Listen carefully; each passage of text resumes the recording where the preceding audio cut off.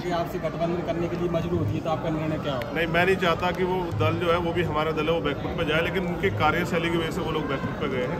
मैं आज़ाद समाज पार्टी के बारे में जवाब देने के लिए बैठा हूँ। आज़ाद समाज पार्टी आगे बढ़ेगी क्योंकि आज़ाद समाज पार्टी के कार्यकर्ता मेहनती और ईमानदार हैं और वो संघर्ष कर रहे हैं। क्योंकि काशीराम साहब का आज जन्मदिवस है, पूरे देशवासियों को उसके लिए बधाई, दुनिया में जो लोग उनके फॉलोअर रहते हैं उनको बधाई। लेकिन उनके रास्ते में हमें चलना पड़ेगा। उन्होंने कहा कि सत्ता संघर्ष से मिलेगी और अगर हमें बीजेपी को रोकना है या उस दल को रोकना है सत्ता में स्थापित है तो उससे ज़्यादा काम करना पड़ेगा। जो लोग 1 महीने 2 महीने राजनीति करते हैं उनके हिस्से में वही आएगा। हम तो पहली बार आए मैदान में लड़ने के लिए, जनता ने हमें जो वोट दिया उनका धन्यवाद। हम 24 घंटे 5 साल राजनीति करके लोगों के बीच में रह के अपने आंदोलन को मजबूत किया। चंद्रशेखर, बीजेपी ने जो टाइम जो आगे बढ़वाया है चुनाव, उससे आपको फायदा होगा या नुकसान होगा? भाई हमें तैयारी करनी है, जहाँ जहाँ हमारी तैयारी हुई है वो तैयारी और आगे बढ़ेगी और बाकी जिन्होंने बढ़वाया कुछ सोच समझ के बढ़वाया होगा, हमें उससे कोई फर्क नहीं पड़ता। हमें काम करना, जब भी इलेक्शन आएगा हम लड़ेंगे ही। तो हमें भी समय मिला क्योंकि हम मैदान में उतरने वाले हैं। तो मैंने तो कहा ना, आप मुझे गलियों में दिल्ली की घूमते देख लें। पार्टी के क्या उद्देश्य रहेंगे सर? पार्टी के उद्देश्य मैं सब कुछ बता चुका हूँ कि जो समस्या यहाँ की बुनियादी, जैसे एमसीडी में सबसे बड़ी समस्या है सफाई कर्मचारियों, उस पर हम लोग काम करेंगे। मुख्यमंत्री ने कहा कि हर घर तक साफ जल पहुँचाएंगे, नारा बदल के साफ दारू पहुँचाने लगे। उन्होंने कहा कोरोना वॉरियर्स सब लोगों को 1 करोड़ रुपए का मुआवजा देंगे, नहीं दिया। तो यहाँ जो एमसीडी में जो परेशानियाँ हैं उनको दूर करने के लिए यहाँ की जो टीम है उन्होंने मेहनत की है। वो चाहते हैं एमसीडी में आज़ाद समाज पार्टी प्रत्याशी उतरे और जीते और वहाँ की समस्याओं को, चाहे वो सड़क की हो या पानी की हो या बिजली की हो या टैक्स की हो, सब चीज़ों पे काम करें। किसी भी पार्टी ने वाल्मीकि समाज को टिकट नहीं दिया और आपने अभी इतने दुनिया भर के नाम गिना दिए, आपने प्रत्याशी हो गए, ये क्यों किया आपने? देखिए, मैं समझता हूँ कि जिसकी इतनी संख्या बारे उसकी इतनी हिस्सेदारी, जिनका यहाँ मुख्यमंत्री होना चाहिए था, अगर उनका पार्षद बन रहा तो इसका आपको नाराज नहीं होना चाहिए, खुश होना चाहिए कि जिनकी भागीदारी, जिनके वोट ज़्यादा है उनको ज़्यादा टिकट दिए गए हैं।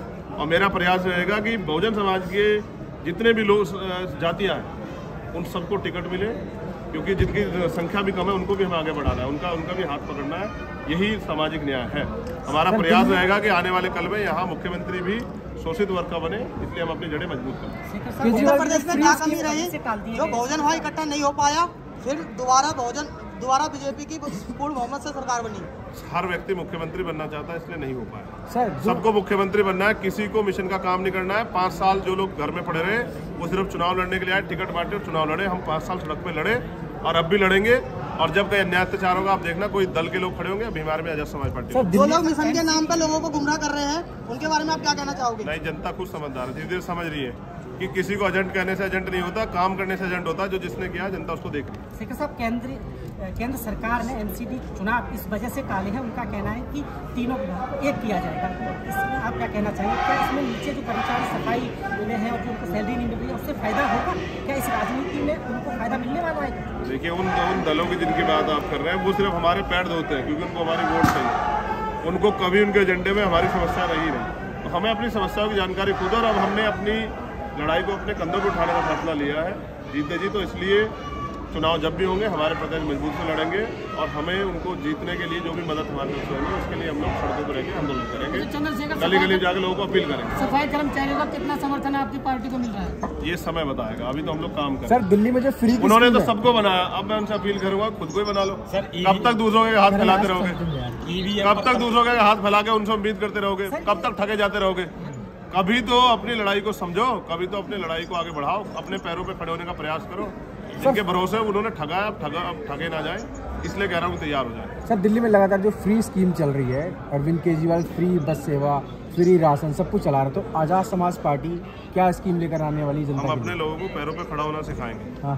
ये जो सरकार फ्री में दे ना, हमने बताया कि रोटी, कपड़ा, मकान, शिक्षा, चिकित्सा, रोजगार, सुरक्षा, ये तो कॉन्स्टिट्यूशन देता है। सरकार क्या दे रही है? पैसा तो हमारा ही ले रही है ना, टैक्स तो दिल्ली के लोग ही दे रहे हैं ना, उसी पैसे तो सब कुछ होगा। लेकिन लोगों के दिमाग में तो बुखार चढ़ा हुआ है ना, उसको उतारना पड़ेगा ना सर। एक धर्म का बुखार, एक फ्री का बुखार। और फिर ये सरकार, फिर अब मैं कहना नहीं चाहता, लेकिन सच ये है कि दिल्ली में सिर्फ शेड्यूल कास्ट बहुजन समाज के लोगों को लूटा गया है, अपना उनका निशान दिखा के। अब वो लूटेंगे नहीं, अब वो अपने पैरों पर खड़े होने का प्रयास कर रहे हैं। सर, ईवीएम पर तमाम पार्टियों ने मतलब आरोप लगाए, आगे क्या होने वाला है? मैंने आरोप नहीं लगाया, क्योंकि मैं तो बहुत दिन पहले कह चुका कि ईवीएम से वोटों की चोरी हो रही है। लेकिन चुनावी दल जो है ना, मैं इसलिए चुप था कि आंदोलन करेंगे चंद्रशेखर और आनंद लेंगे ये विपक्षी दल, जब चुनाव होता है तो ये चुनाव लड़ने आते हैं, 5 साल कहाँ रहते हैं। अगर ये अब ईवीएम पे रो रहे हैं तो ईवीएम पे बड़ा आंदोलन कौन तय कर रहा है?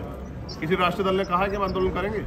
उनका काम है सिर्फ चुनाव लड़ना, हार जाए तो ईवीएम की बात करना। अगर ये विपक्षी दल और ईवीएम के खिलाफ आवाज न उठाए जो मुख्य रूप से हैं, तो इनको क्या समझा जाए? ये जनता को बहुजन समाज को गुमराह कर रहे हैं। नहीं, ये जनता को बेवकूफ समझते हैं। जनता इनको बेवकूफ बना रही है, ये जनता को बेवकूफ बना रहे हैं। हिसाब बराबर चल रहा है। आंदोलन ठेकेदारी हटाओ मोर्चा, मैं उसका समर्थन करता हूँ।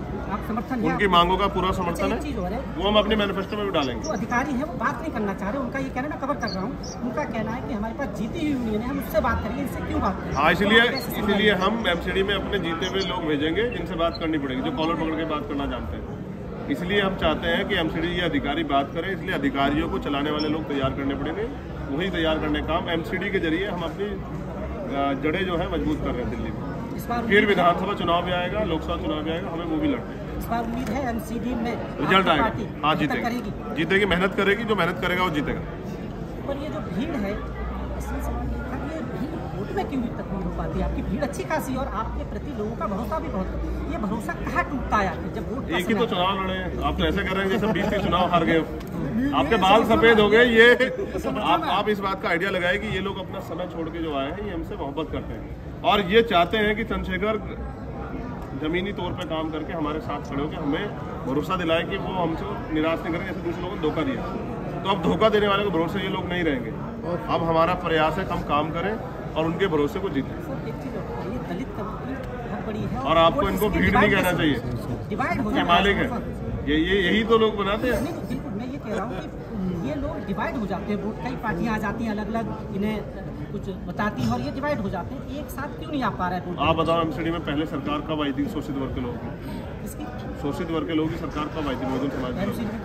तो जो लोग, जिन लोगों की वैसे नहीं है, उनसे सवाल पूछने चाहिए। मैं तो अभी आया हूँ, मैं तो प्रयास कर रहा हूँ कि एकजुट करूँ। जोड़ने की बात, हाँ, नहीं, हम संगठन के तौर पे इनको जोड़ रहे हैं, इकट्ठा कर रहे हैं और संगठन के तौर पे जोड़ के, और हम मेहनत करने वाले लोग हैं, तो हमें विश्वास है कि जैसा काम हम कर रहे हैं, अगर हमारे कार्यकर्ता उसका आधा काम भी करेंगे तो हमारी ताकत जो है ना बढ़ जाएगी। और मैं समझता हूँ कि अब लोग ठेकेदारों के भरोसे ना रहे और ना बहुजन समाज बिकेगा, ना बिकने देगा, और वो अपनी लड़ाई अपने कंधों पे लड़ेगा। धन्यवाद। लास्ट में एक सवाल, आज मान्यवर काशीराम जी का जन्म जयंती है, उसके बारे में आप क्या कहना चाहोगे? देखिए, मान्यवर काशीराम साहब ने एक नारा दिया कि नोटों वाला हारेगा, वोटों वाला जीतेगा। लेकिन अब क्या है, मैं खुद चुनाव लड़के आया हूँ, पैसे आधारित चुनाव है, गरीब का बेटा लड़ ही नहीं सकता है। गरीब का बेटा लड़ेगा तो मैंने मीडिया ने दिखाया, मैं 7 दिन तक सड़कों पे वहाँ अपील करता हूँ, घुमा, एक अखबार ने नहीं छापा, एक टीवी ने नहीं दिखाया।